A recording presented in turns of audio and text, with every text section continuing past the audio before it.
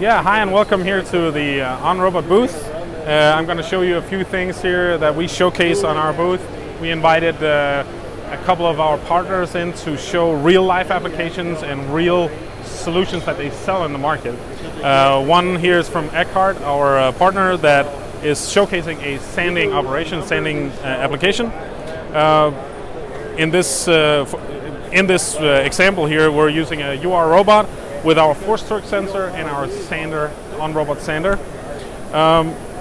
Basically, this addresses, or this application is helping a lot of small and medium-sized enterprises in the woodworking industry. In this example here, we're sanding a cabinet door for a kitchen cabinet. There's so many small and medium-sized companies that are looking for labor for exactly this type of application.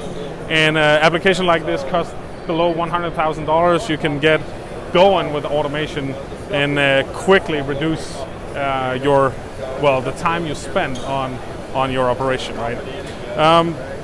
The benefits for our system versus a lot of other sanding systems is we're fully electric.